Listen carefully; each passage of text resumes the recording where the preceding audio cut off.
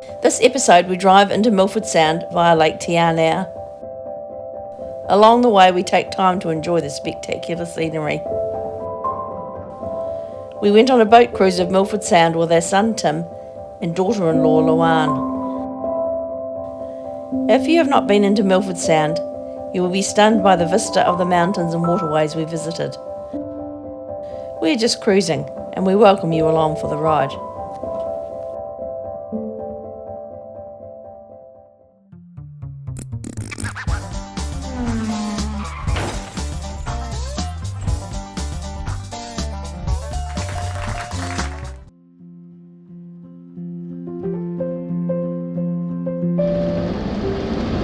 We're just heading out of Manapori now, and we're heading down to the Te Anau NZMCA, which is only 20 minutes drive, I guess. Manapori is all pretty tidy, looking nice.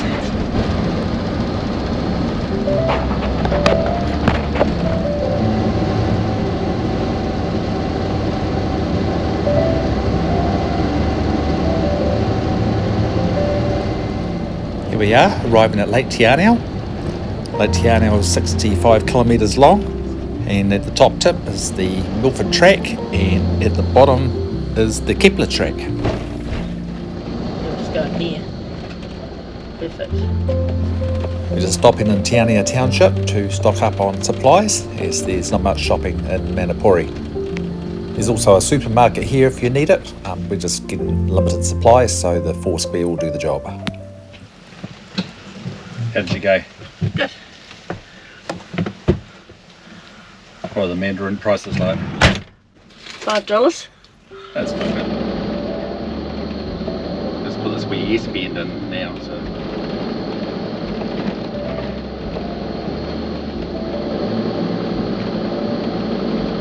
Seems like a cafe. Here we are, arriving at the Te Anau NZMCA motorhome park. Our friends Brenton and Annette are here to meet us, but we'll be going our separate ways as we're heading down to Milford. And Brenton and Annette will be heading back to their home in the Nelson area.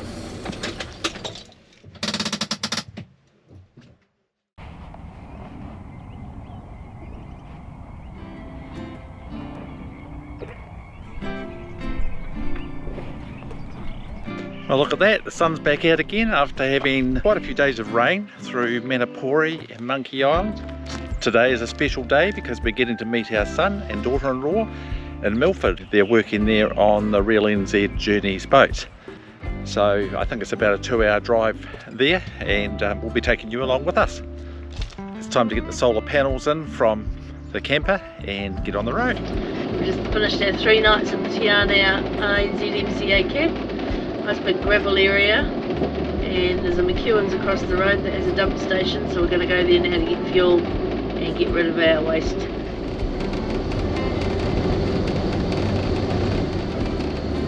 If you're driving down to Milford Sound, it pays to get fueled up before you head down. It's a long way in and out, and there's no fuel station at Milford Sound. Apart from I see there's a diesel pump there.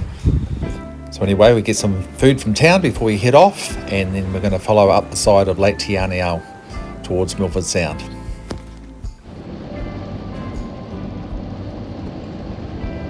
Easy.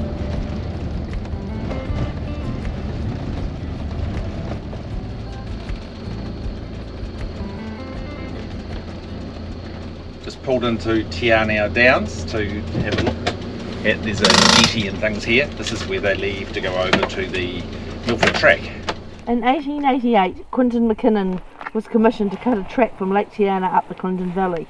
This he did and continued over, crossing over McKinnon Pass and descending towards Milford, where he found a trail blazed by Milford resident Donald Sutherland. If you cross the lake to walk Milford track, Glade House is the first hut you'll come to. When Dunedin businessman Edward Mellon bought Te Anau Downs sheep station in 1883, his wife Catherine provided a rare insight to pioneer life through her writing. Every summer they made the 3-day journey from Dunedin to their lakeside home here in Te Anau Downs. Catherine described the last day travelling on horseback between 11 and 12 hours in the saddle, no roads, and fording innumerable streams and large rivers.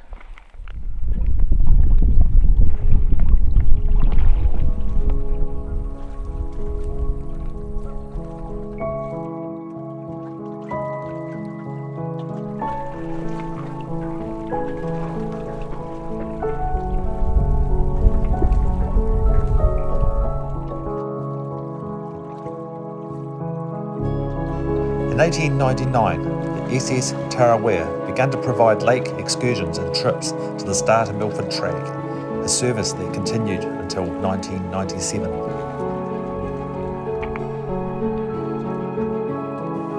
This is the barge that they use to carry gear to go over to Milford track.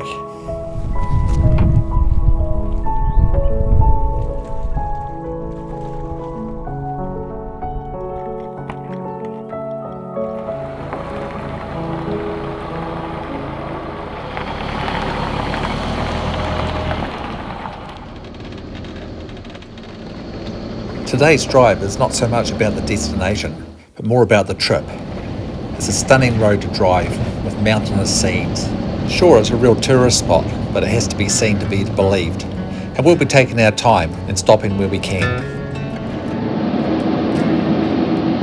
It's such a stunning day to drive into Milford today after all the rain that we've had.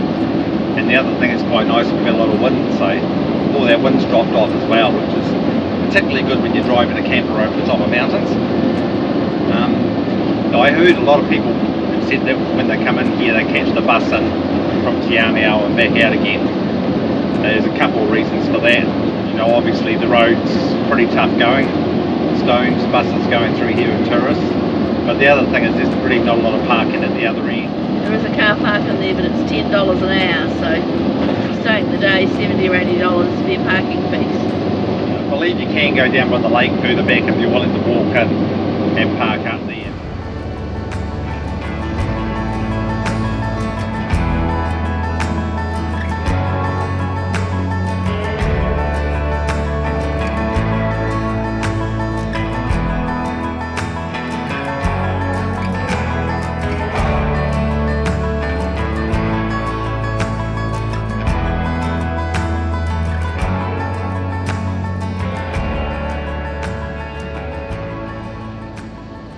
Just stopped at the Mirror Lakes on the way up to Milford, and it's time for lunch, 1 o'clock.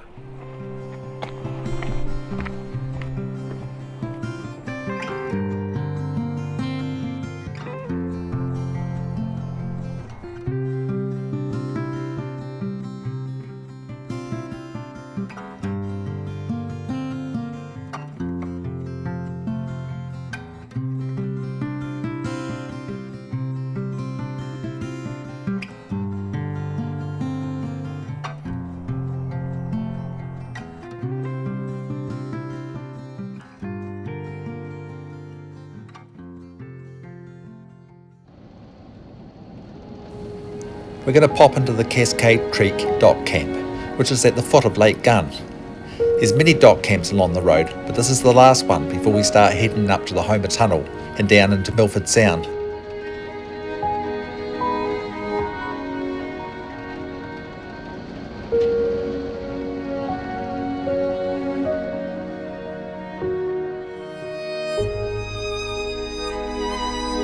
And we've got those toilets I think down here. Our toilet's all the way down. Yeah. Oh, there's more down there, look. Yeah, it goes right down. It's quite a big area in here. Yeah. How much is it? $15 a night. An adult? Yep. And 20%, so 30.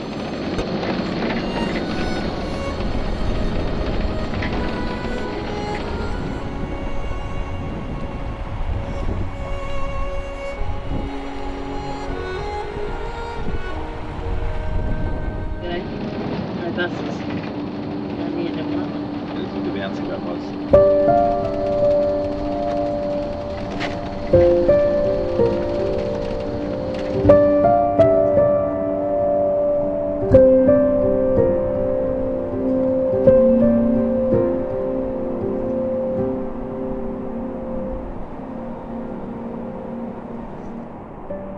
Lower Hollyford. The plan is to head into the Lower Hollyford on one of our future trips. It's one of those places we haven't explored yet.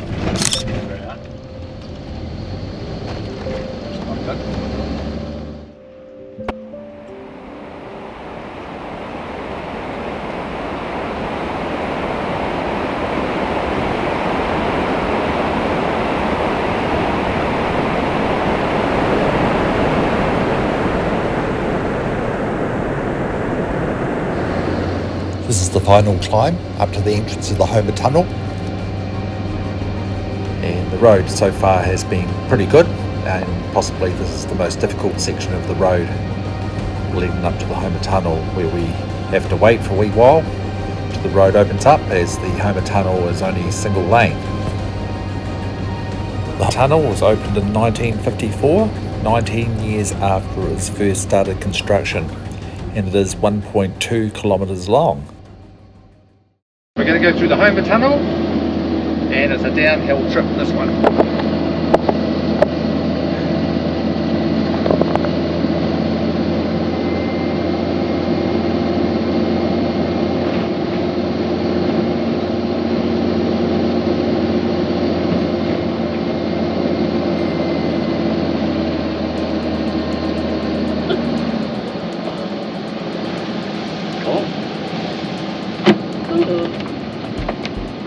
Through the watery bit, into third, Oh, it's still down the hill. to me. The lights off, it was hard to get the bearings to start with.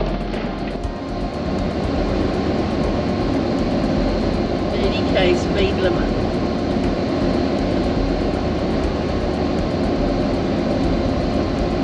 So the think of a tunnel has been flat. I've never been in a tunnel that goes downhill like this. It's like going down Stewart Street, so it's not good at the moment. Here's the exit coming up now. Yeah, the twist in it though, isn't it? Kinks sort of. Back to the end. I'll have to landscape to make the picture. Oh, I'd say if you just drive straight out of the cliff, it's Kingston Hickory out on the edge of the hill. This is like an avalanche protection We're coming out. fixing this up apparently. There you go. There's a queue on the other side.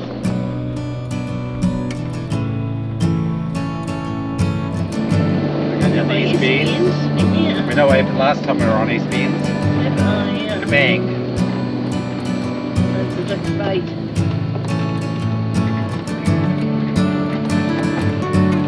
You can see the tunnel coming out on the edge of the hill up there.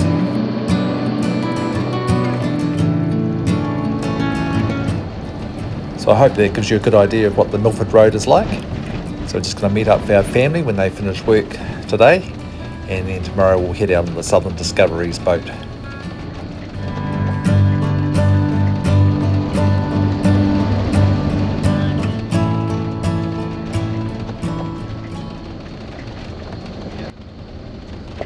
Here we are, arrived at Milford Sound, and the sun's out, which is nice.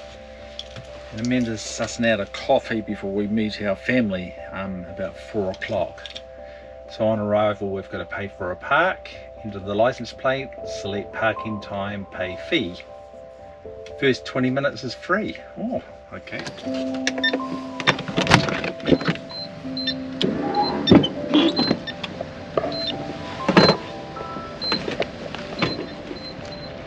The Mitre Peak is out of view. It is over there, straight into the sun and in cloud. Anyway, we'll pay for this park.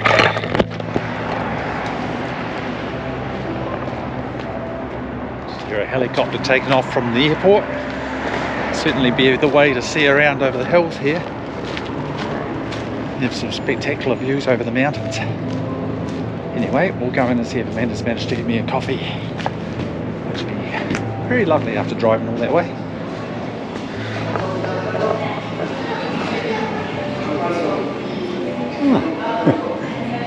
You got one? Yeah, it's quite nice. Good? Quite Yeah, they nice. look quite good. Yeah. $11.50.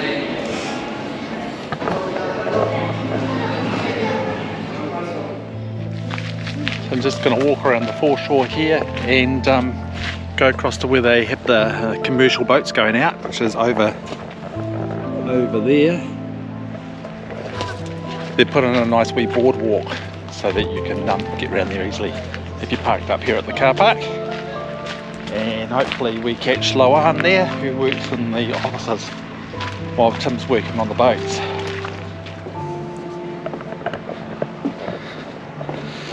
Very good to be able to walk through along beside the water.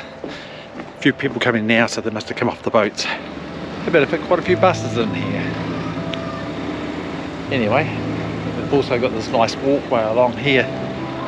Bus over there.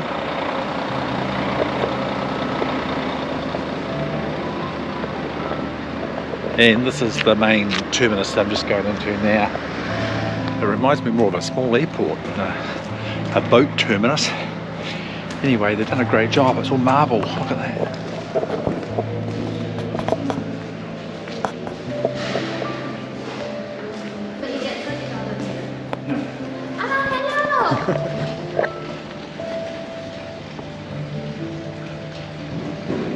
According to Loan, Tim's on this big boat just here.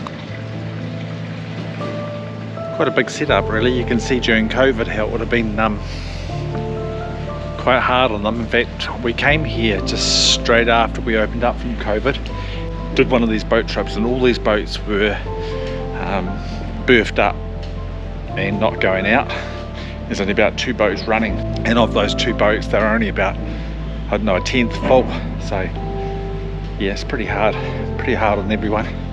But anyway, they've got it all up and running again and get the staff in here. So the Honourable Nick Smith, Minister of Conservation, opened this up, Milford Sound Freshwater Basin Harbour Redevelopment. So that was 10th of May 2013 that it was officially opened.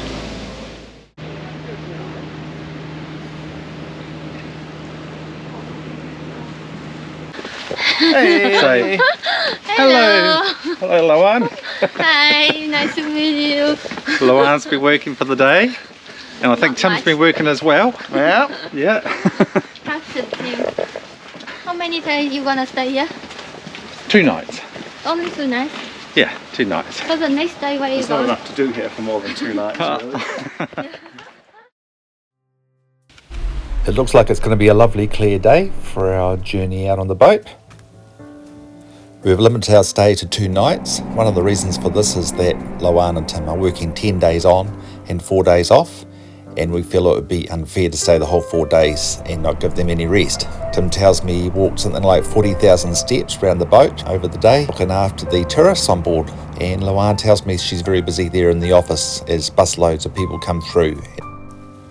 We were lucky to be able to tuck our camper up and behind the THC hotel, which is now used as accommodation for the workers. But this morning we've been treated like royalty to a bacon and eggs breakfast. There he is. Hello. Oh, it's quite nice and warm in here.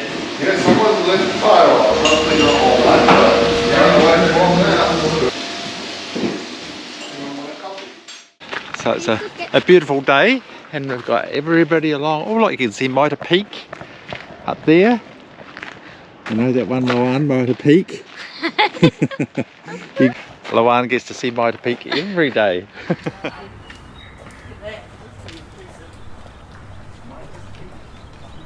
The sandflies, or the mosquitoes, only females need protein to produce eggs. They obtain this from the blood of animals, including humans. The insect injects a coagulant into the victim's bloodstream to keep the blood flowing. It causes itchiness and localised swelling. Sandfly bites, as we know, are. Fortunately, there weren't too many sandflies around. Tim and Loan have kindly given up one of their days off to go back on to the Southern Discovery's boat, but this time they're allowed to put their feet up, and Tim can even have a beer. Thanks, Tim. Boat, we get our buffet lunch. Excellent. Which one you want? Hello, how are you guys?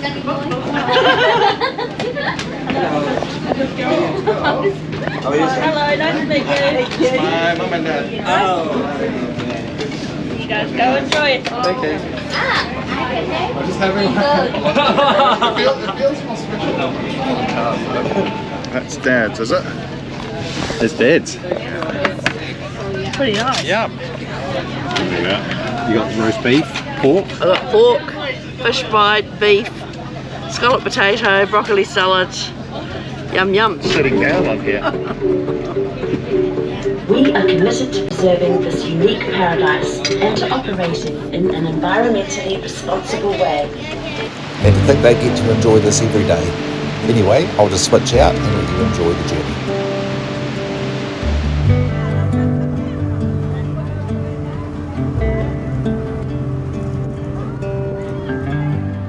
straight cruising, headed for a bruising, watching out for number one. You gotta slow down, look around you, son. Today is just today and not tomorrow. Where you're going, you can rest your head. Where you're going, brightness looks big. Where you're going, truth cannot be hid.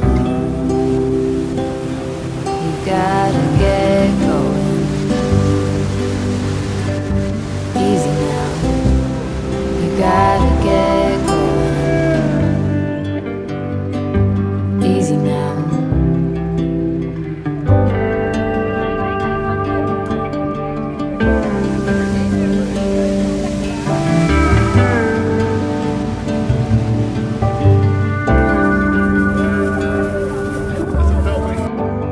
Hard working so you can be deserving of the rest that you are given. Well, thank you for joining us this episode. Join us again next episode where we head off Central Otago direction. Give